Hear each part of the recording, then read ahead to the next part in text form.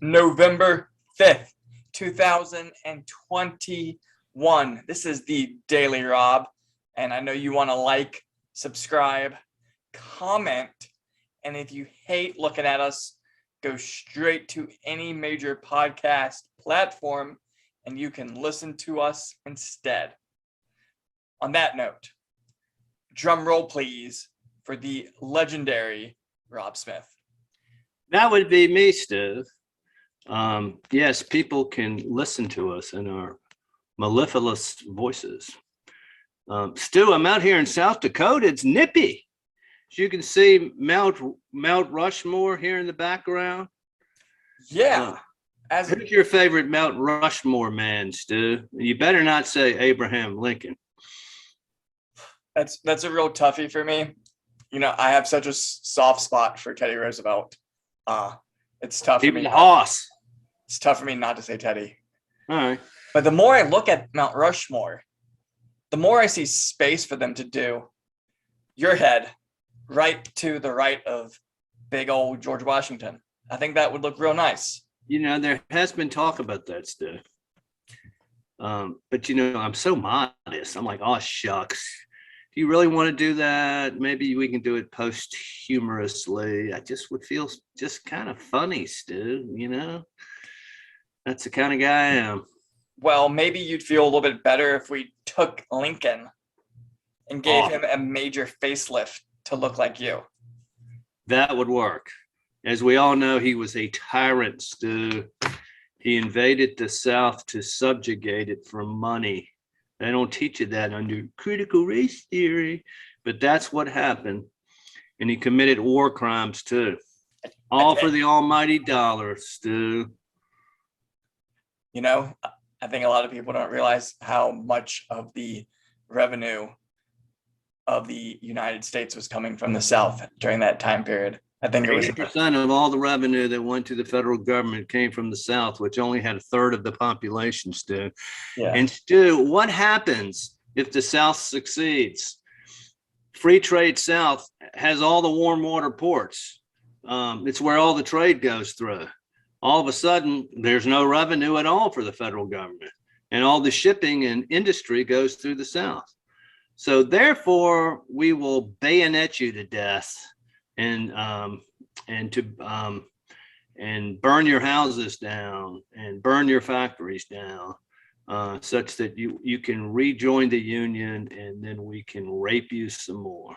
Thank you, sir. May I have another? I actually have an interesting book on Red Cloud, who was essentially Crazy Horse's war commander. And the book's kind of about how Sherman could never figure out War Cloud. So it's kind of interesting to kind of look at this Native American commander who was able to just completely mess with the Union's greatest general. Fun fact. Greatest general, I would say the most devious and evil general, burning down people's houses. Well, a total war general. Total war, yeah. In what was otherwise somewhat of a civilized world back there. And then they had prisoner exchanges. You know, it was brother against brother. But hey, let's totally destroy the South so it can't recover for 150 years. And who does that help? Doesn't help anybody but a certain class of crony capitalists. But Stu, that's a story for another day. But people ought to be aware of there's more than one story here, as is everything in history, Stu. Ask the fellas behind me. All right, Stu, you want to talk about today's events? Yes, sir. What are you looking at? Well, before I get to the main topic, let me say there's still a lot of shenanigans going on in New Jersey, and I wish the Republicans had balls, Stu, and protested things. There was a 42,000 vote swing after the polls had closed last night, where the Republican governor had a 42,000 lead. All of a sudden, it switches where the other guy gets 41,000 votes out of nowhere. There's no explanation how that happened. There were videos today of poll watchers letting illegal aliens vote. That was Project Veritas, which I think they do a great job. You voted in the election in January of last year? The presidential. And did you register? No, I wasn't registered either. Are you registered now? Oh, I never filled anything out. No. Okay, then I can't see how you can vote because you're not registered. Remember, I do remember him. Okay. Remember, we was allowing anyone to come in. We was allowing anybody to come in, and they say Presidential. Yeah, during the general, they just let us. Okay. I'll let you fill out a ballot now. Whether or not it's going to be, they're going to count it, I don't know. But I don't know if it works because I'm an It does work. but I'm an Irish citizen. I'm not. It doesn't matter. I mean, you have some citizenship here? With the work visa, yeah. Listen, we'll let you do it. They'll figure that out.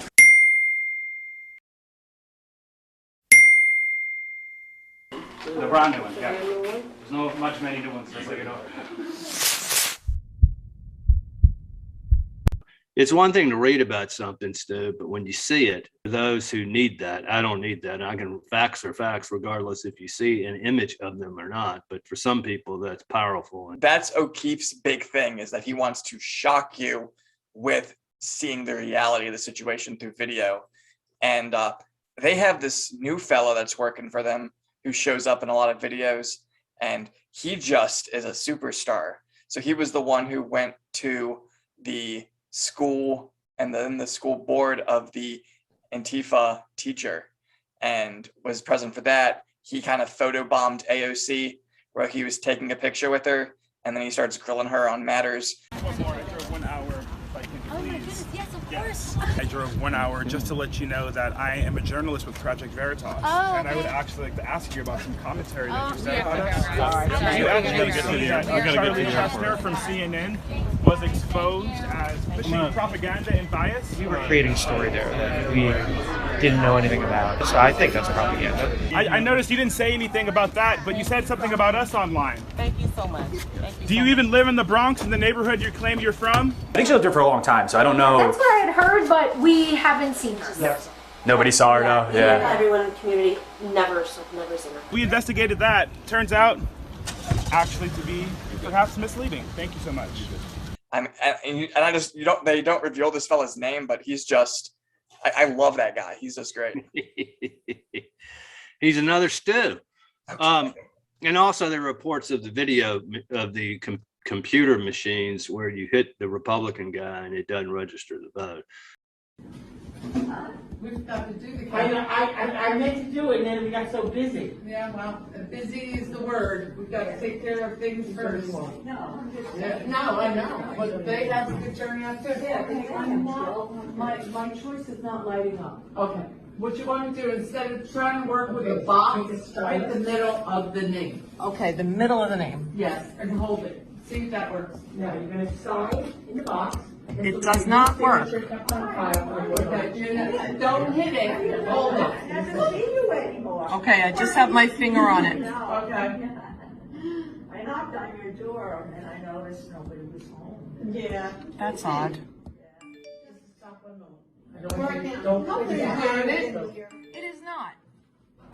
But the other candidate is doing it. That's very interesting. But anyway, I mean, none of these things should happen, and it ought to be an investigation and an audit, not a recount, but an audit. Okay, Stu, the big news of the day, it might be the big news of the year, is Joe Biden wants to enforce the vaccine mandate on businesses that have 100 employees or more. That's 100 million people. Private sector, and he wants to do it through the regulations of OSHA. They want the businesses to spy on their employees, make them vaccinated, or they can't work there unless they're vaccinated.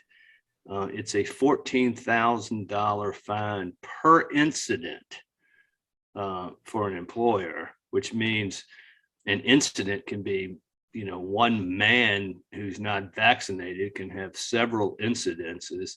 It's a Gestapo tactic like this country's never seen before. And OSHA is going to be the stormtroopers, the Nazis, to enforce this thing. Now, speaking of the Nazis, we're signatories to the Nuremberg Code, which says that the United States cannot stick a needle with experimental drugs in any human being. They also are requiring the unmask at all these factories, all these businesses to be, the employees to be masked by December 5th if you're not vaccinated. It's a scary, scary thing. I think you're going to see real revolts about this. But to think our own government is doing this to folks, it's shocking. It's totalitarian, and it shows you what the left will do. Now, it's also anti-science, in that there's plenty of evidence now that the vaccines, we've been over this 100 times, the vaccines aren't vaccines. And if you try to vaccinate with leaky vaccines in the middle of a pandemic, all you're going to do is cause more problems. And we're seeing that every day. The evidence is everywhere. Garcetti, he gets the COVID. 2 athletes dropped dead just the last day or two through thrombosis and heart attacks because of the vaccine. One is Boris Sedensky, played for the Capitals, hockey player, and some European soccer guy, Emil Paulson. It's happening all over the country, but yet they want to ram this needle into people. And it's shocking is what it is. It's if they can get away with this, they can get away with anything. But the evidence and the science is a vast number of people are going to be hurt or killed by their own government because of this. It's just unbelievable.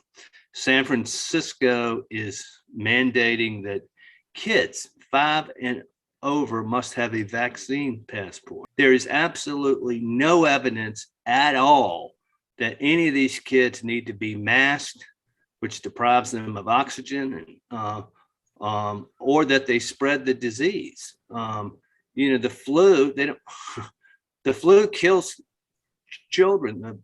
The COVID doesn't. It's maybe 1 or 2 or a handful, but it's negligent, and it's usually people with comorbidities. But also in this new mandate, the workers are expected to pay for their own vaccine test. It's what's going on, I think, is the biggest human rights violation in the United States.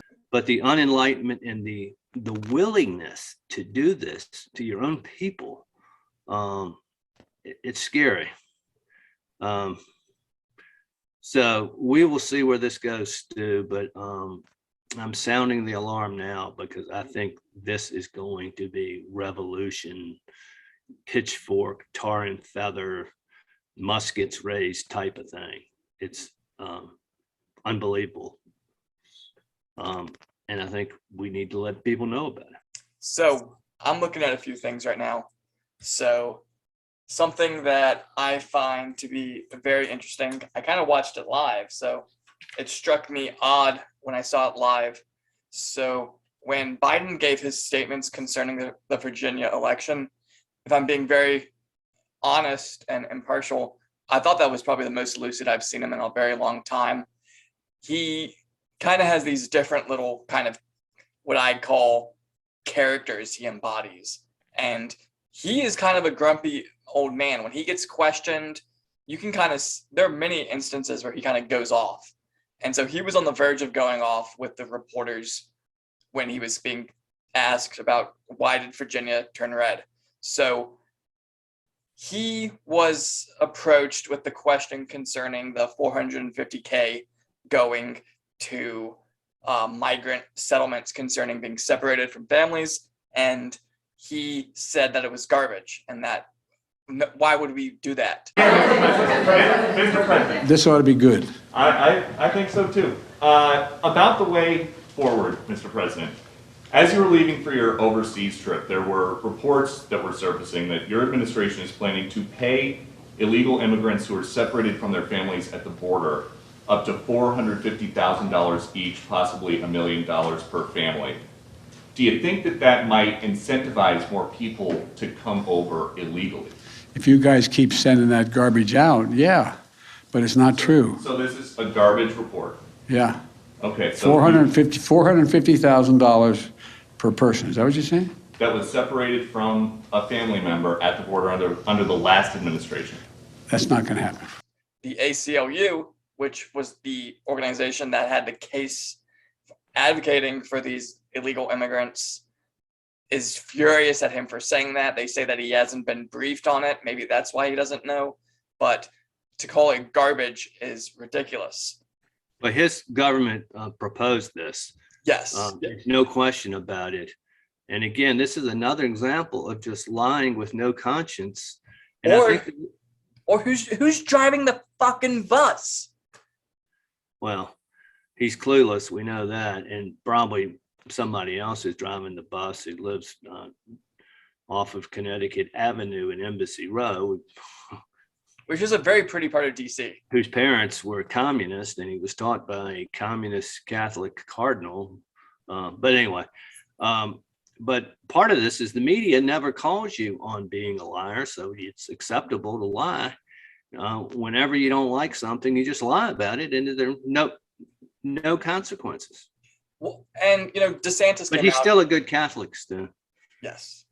I mean, DeSantis came out and said it's a slap in the face of every American, and it is. I mean, look at how little money was given to U.S. citizens as these, stimulus checks, and add that up versus $450K. I mean, he shut down people's businesses. People went bankrupt because of him and his policies.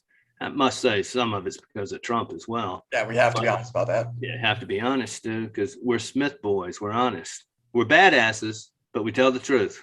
And honestly, Fauci for stoking the fires to make us think that, this was going to be a apocalypse situation. He's a Dr. Mengele. Rep Tom McClintock out of Cali, he put forward this legislation that's called the Illegal Immigrant Payoff Prohibition Act.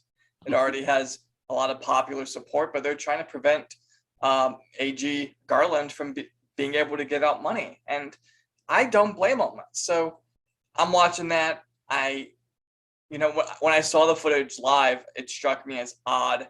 And I'm glad that my instincts were correct.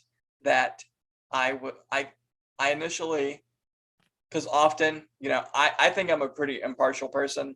Often I know that conservative media is going to be reactionary, sometimes hyperbolic, and maybe this 450K was just one possible thing as the high price, and that maybe they would argue it down. But no, I mean, when the ACLU is saying we want 450K, so I mean, it's fascinating to watch. And well, the ridiculousness of it too is you go look at the policy. Kids were separated at the border because coyotes were bringing them over the border, or their parents were criminals. Every day in America, kids get separated from their parents because their parents are criminals. They go to jail. And really, you're taking care of the kids. It's a humanitarian act. And it's just another example of politicizing everything for some sort of gain. I don't know what they think they're going to gain by giving these people so much money, but there's a game here, and their side benefits from it. Somehow that money given away to these folks, it circles back to them or something. I haven't figured out how they could be so boneheaded as to think this is a good idea, other than, they got some racket going. And the reporter who addressed Biden concerning this said, do you think this is going to be incentive for people to want to come over to America? It's like, yeah.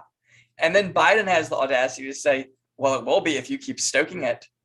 And, what a lot of the people who are brought over through coyotes, they essentially come to this country as essentially someone who's an indentured servant to some sort of criminal organization. So then let's say you're getting the $450K from that, and then so it goes to fund organized crime probably. I mean, that's where the money will go to. Maybe the cartels are giving him money or knocking people off for him, so this is a reward for them. I mean, I wouldn't put anything past these people. Just to kind of rewind a little bit, we go from trying to bribe people to not come over to now paying people who do come over.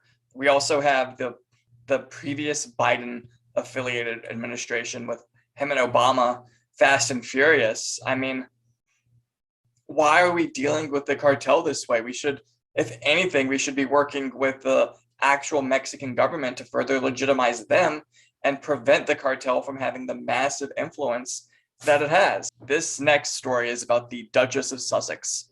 You might know her by her American name, Meghan Markle. So Meghan Markle has been calling up Republican senators. She called Susan Collins and Gillibrand up to advocate for parental leave. And it was a tough day of work for her. So she called 2 senators and then she tapped out. But when she got on the phone, she said that she was the Duchess of Sussex. Now, she was stripped, along with Harry, of all their royal titles, the honorary military ones, and of their status as well. So I wish I was a senator, because I would just pick up that phone and I would say, well, Meghan, I have to remind you about Article 1, Section 9, Clause 8 of the Constitution that says no title of nobility shall be granted by the United States, and no person holding any office of profit or trust under them shall, without the consent of Congress, accept of any present emolument, office, or title, or of any kind whatever, from any king, prince, or foreign state. And since the foreign state that you previously were affiliated with does not recognize you, I can't even accept this phone call under the U.S. Constitution. Goodbye. Stu, I would basically say the same thing, but I'd say it in about 5 seconds. I'd say, shut up, you trashy bitch, and hang the phone up. Okay. They're just narcissistic, entitled trash. But that's what they are. Well, I think Susan Collins handled the conversation really well. And she said, honestly, I have to be more concerned about what people in Maine think about this than you. And then Gillibrand actually warned other Republican senators that they would be receiving a call from Meghan. But how does she even get through? I mean, who cares what any of these airheads in the left coast in Hollywood, in the Hollywood Hills and Bel Air, who gives a shit what they think about anything? Well, I just love it that her workday is calling 2 people and then she taps out. So there's that. And she uses her title. She denounces the royal family, but yet she uses the title when it's to her benefit. What's the beat, Stu? Well, Rob, you wrote a wonderful article about having confidence in currency with Professor George out of the UK. People can go read it on Real Clear Markets, but something happened that makes me excited. So Eric Adams, who is the mayor-elect of New York City, he says he wants to be paid in Bitcoin and that he wants Manhattan to be the Bitcoin capital of the world. He wants to make his own cryptocurrency, and I'm excited about that. I think the more world governments and various places that adopt crypto, that it's kind of an exciting thing for me. So it has, the news of that did make the crypto market go down a little bit today. It's still at over 60K for Bitcoins. And I have my I have some crypto assets. So it's interesting. So even though I'm not the most excited about Adams, I think it is pretty cool that he's done that. There are a few NFL players who have also done that. And I think the more people who want to be paid in Bitcoin, the better, because it's just going to make the crypto market more of a valid thing. And like you said in the article, it's all about having confidence in the currency. And good monetary policy is always a stable currency. Yes. And if we're seeing the Fed devalue the dollar, I don't blame these people for wanting Bitcoin, which, as we know, has no real loyalty to any world government. It's for the people, by the people, and the identity of the man who invented it is wrapped up in mystery. So there's that. Well, still, throughout history, all currencies, they are just a measurement for trade, and they work when there is value associated with them in confidence. When there's not, when you don't have that, there's not. And with what's going on in Washington with Build Back Better, you're really jeopardizing the monetary policy of the U.S. Yeah, absolutely. Absolutely. So interesting to see. And so I hope we see the Bitcoin crypto community have a more optimistic stance on that. But as of right now, they did. Adams is going to be a much better mayor than de Blasio. De Blasio was a ideological Marxist. Adams was, he was on the police force for a long time. Yeah. And he's got some practicality about him. He could end up being kind of like an Ed Koch, where he could be liberal, but not a complete whack job, where he realizes, you've got to have good sanitation, you got to have police and fire departments, and the city has to work.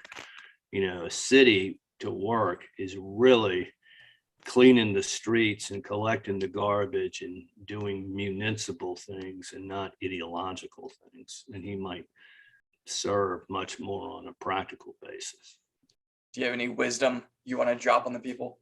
Stu, asking me if I have any wisdom is kind of like asking if there are coals in Newcastle. Okay. Okay. But Stu, since we've been talking about, this mandate business is as totalitarian and gulag-ish as it gets in this country, as it has ever been. It's tyranny of an unparalleled scale.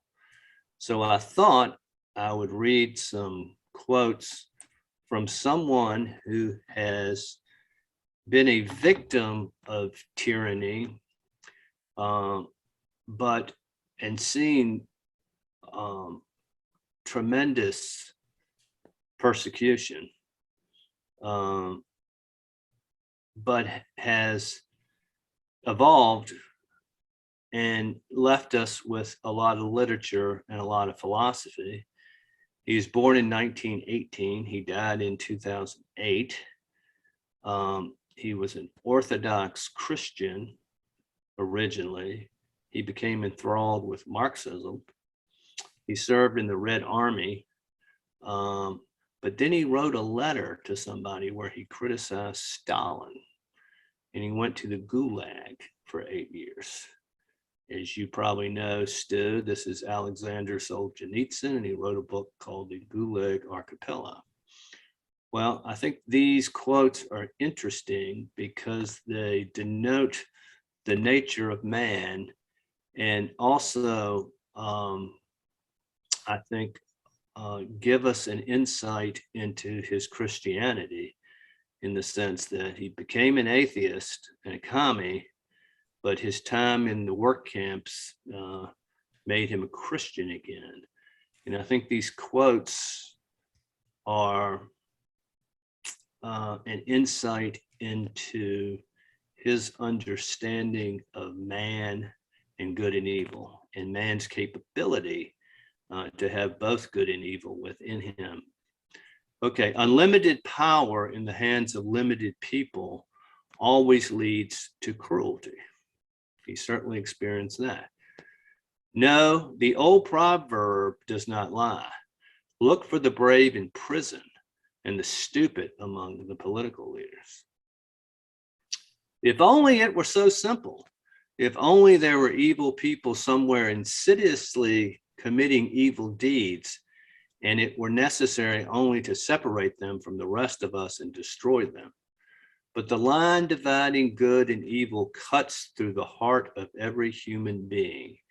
And who is willing to destroy a piece of his own heart? Since then, I have come to understand the truth of all religions of the world. They struggle with the evil inside a human being, inside every human being. It is impossible to expel evil from the world in its entirety, but it is possible to construct it within each person. So Stu, he's talking about the duality of man and how we have to watch our own nature because we're all capable of corruption and evil. And a good man takes steps to better himself with the right side of the universe instead of the dark side. That's what I got, Stu. Oh, yeah. Call me Preacher Rob. Okay. You want a souvenir from Mount Rushmore? I can get you one of those snow globes with Mount Rushmore inside of it if you'd like. They're $1.69. You can pay me back when I get back to Richmond. That's a tempting offer, but I'd rather you put in a good word for me with Christy Nome. Okay, she's a babe. Yeah, I would. We're having dinner tonight, by the way. Well, put in a good word for me. Wouldn't mind. Think I'm dressed well enough? You think this is kind of a South Dakota? Yeah, I think that works. Yeah. Okay. All right. You got your boots on? Got my boots on. Then you're good to go. Good. All right, Steph. Later. I'll report back later. See ya. See ya. It's one long scream of truthful outrage, and that came out of his decision to set himself right. And then it was, as John said, it was smuggled into the West, where it had a walloping impact. It completely demolished, at least for a long while, the moral credibility of communism. Completely. From like 1972 on, if you knew about the existence of the Gulag Archipelago, you didn't get to say anything good about communism.